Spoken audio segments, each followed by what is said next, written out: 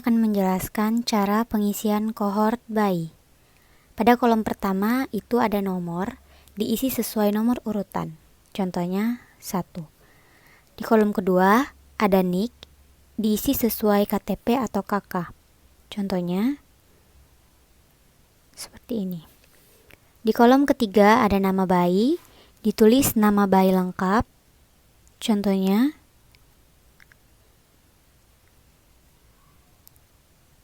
Ayu Anjani.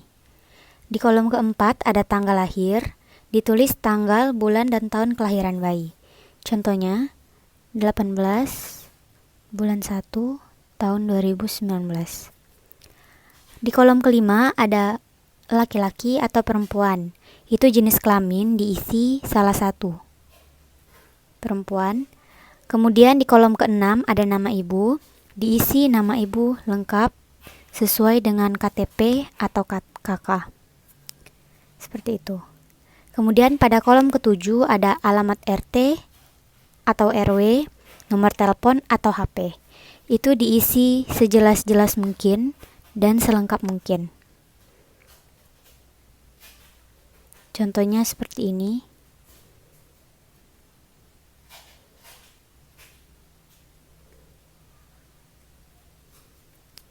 Kemudian di kolom ke-8 itu punya buku KIA.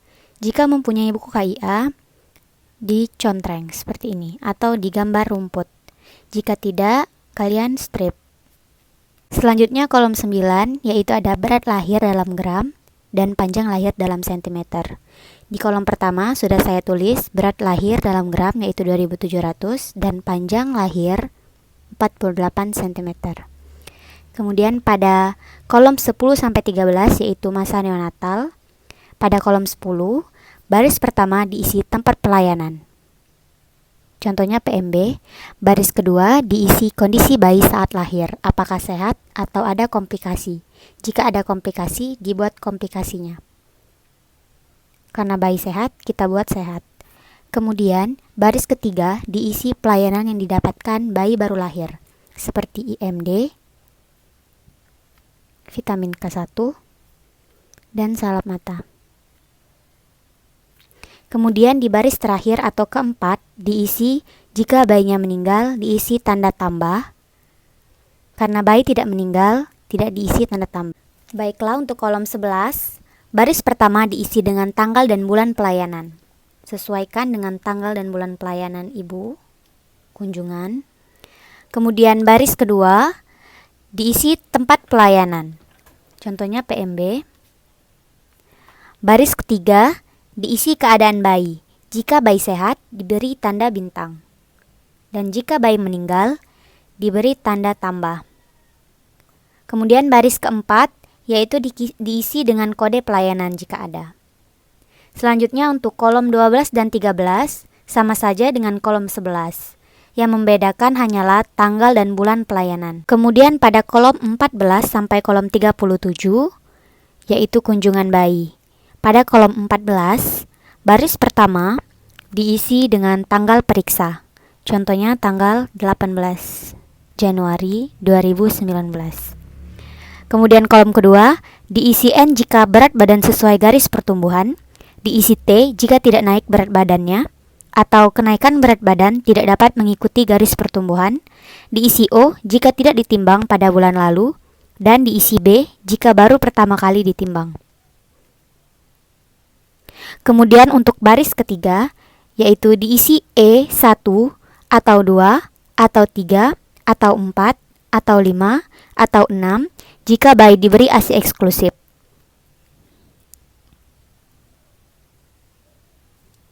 Kemudian untuk baris terakhir atau baris keempat, diisi DS jika dilakukan KPSP dan hasilnya sesuai, diisi DM jika dilakukan KPSP dan hasilnya meragukan, diisi DP jika dilakukan KPSP dan hasilnya ada penyimpangan.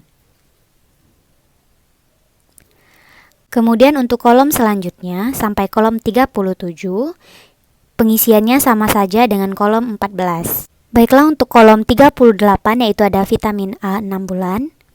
Itu diisi sesuai tanggal pemberian. Contohnya tanggal 16 bulan 8 tahun 2019. Kemudian di kolom 39 ada HB 0, yaitu diisi sesuai tanggal pemberian. Misalnya tanggal 19 bulan 1 tahun 2019. Kemudian pada kolom 40 sampai dengan kolom 45 yaitu berisi imunisasi. Yang pertama atau di kolom 40 ada imunisasi BCG atau polio 1, diisi sesuai tanggal pemberian imunisasi. Contohnya tanggal 23 bulan 1 tahun 2019. Polio 1 sama sesuai tanggal pemberian. Kemudian di kolom 41 ada DPTHB 1 dan polio 2, diisi sesuai tanggal pemberian. Contohnya tanggal 17 bulan 3 tahun 2019 dan polio 2 tanggal 17 bulan 3 2019. Kemudian pada kolom 42 ada DPTHB2 dan polio 3, diisi sesuai dengan pemberian. Contohnya tanggal 17 bulan 7 tahun 2019 dan polio 3 tanggal 17 bulan 7 2019. Kemudian di kolom 43 ada DPTHB3 dan polio 4, diisi sesuai dengan tanggal pemberian.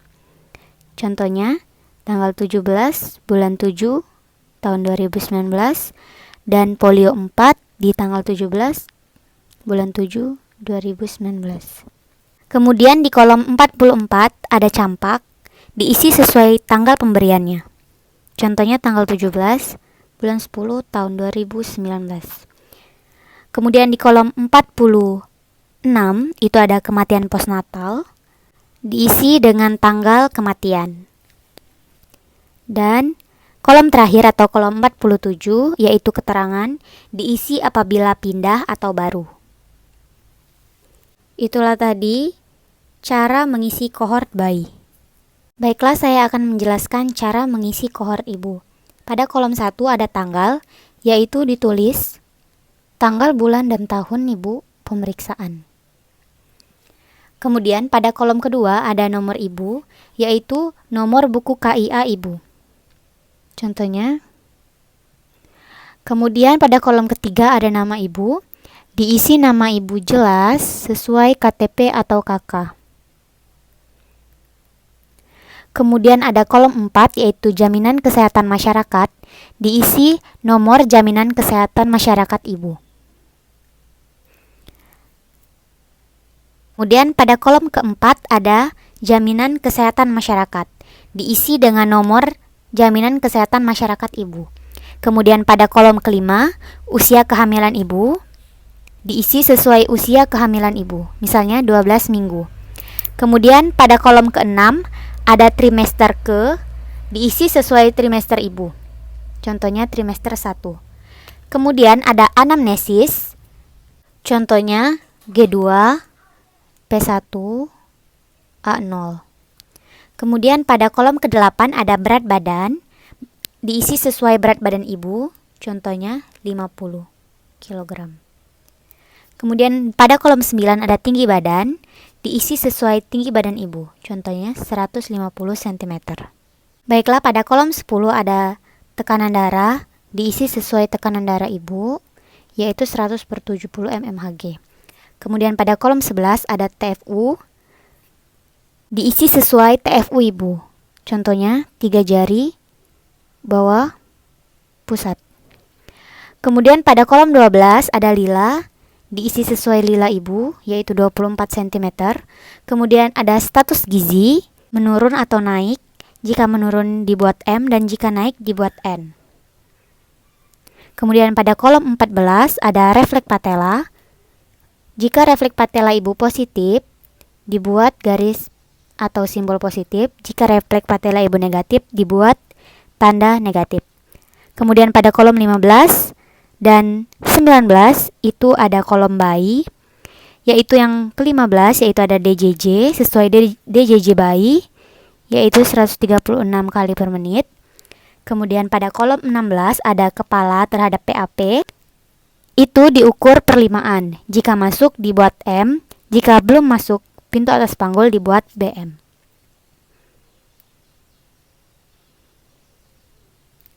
Kemudian ada kolom 17 yaitu TBJ atau tafsiran berat janin, itu menggunakan rumus. Rumusnya yaitu TFU dikurang 12 jika sudah masuk pintu atas panggul, dan TFU dikurang 11 jika belum masuk pintu atas panggul. Kemudian pada kolom 18 ada jumlah janin T atau G, yaitu tunggal atau ganda, diisi T jika tunggal dan diisi G jika ganda. Kemudian di kolom 19 ada presentasi, yaitu diisi KP jika kepala, diisi BS jika bokong atau sungsang, dan diisi LLO jika letak lintang atau oblik. Karena kepala kita isi KP. Kemudian pada kolom 20 ada konseling. Jika diberikan konseling, beri tanda rumput atau tanda checklist. Jika tidak, beri tanda silang. Kemudian pada kolom 21, status imunisasi. Misalkan imunisasi apa yang sudah diberikan, TT1, TT2, TT3, TT4, TT5, atau sebagainya. Diisi di kolom 21. Misalkan TT2. Kemudian pada kolom 22-24 itu ada pelayanan, yaitu yang pertama, jika dilakukan diberi tanda rumput atau contreng, dan jika tidak dilakukan diberi tanda silang. Jika ada diberi tanda rumput seperti ini. Kemudian pada kolom 23 ada catat di buku KIA. Jika dicatat dibuat tanda rumput, dan jika tidak dibuat tanda silang. Selanjutnya di kolom 24 ada FE, diisi berapa jumlah FE yang diberikan. Contohnya 1 atau 2 atau 3 atau 4 dan seterusnya. Kemudian di nomor 25 atau di kolom 25 sampai kolom 30 ada pemeriksaan laboratorium. Pada kolom 25 ada HB, yaitu hasil pemeriksaan HB ibu. Contohnya 12 gram. Kemudian pada kolom 26 ada protein urin. Saat dilakukan tes, hasil ibu positif atau negatif. Kita tuliskan di kolom ini. Jika positif, diberi tanda tambah, dan jika negatif, diberi tanda negatif. Seperti ini. Di kolom 27 ada gula darah. Sama saja seperti di kolom 26. Jika positif, beri tanda positif, dan jika negatif, diberi tanda negatif. Kemudian pada kolom 28 ada talasemia. Jika positif diberikan tanda positif, dan jika negatif diberikan tanda negatif.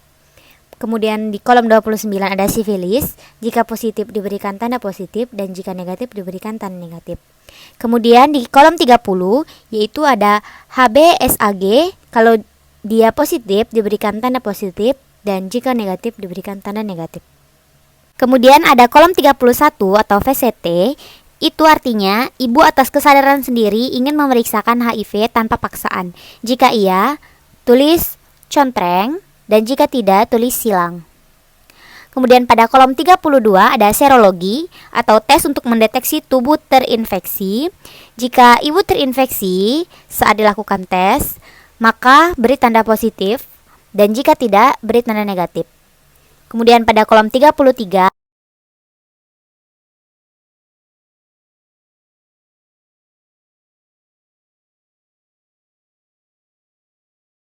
selanjutnya ada di kolom 39 sampai 40 yaitu resiko terdeteksi oleh.